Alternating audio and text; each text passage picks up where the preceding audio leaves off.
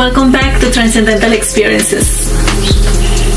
Before I continue to tell you about encounters with unknown entities in the next videos, I want to share with you what I captured in a photograph in a well-known national park here in the United States.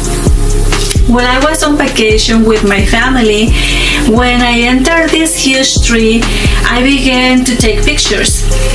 After returning home, when I reviewed the photographs, I found that there was a dark figure. This figure, apparently invisible to our eyes, was behind my family members.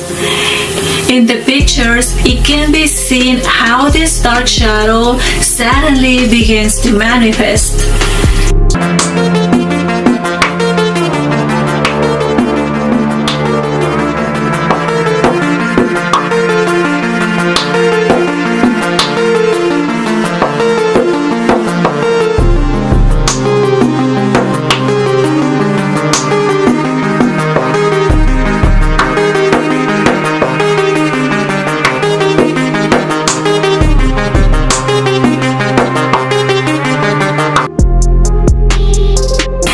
Wherever this dark entity came from, if it was an elemental from nature, a dark spirit, or whatever it was, these pictures are evidence to me that we are not alone in this planet or in the universe.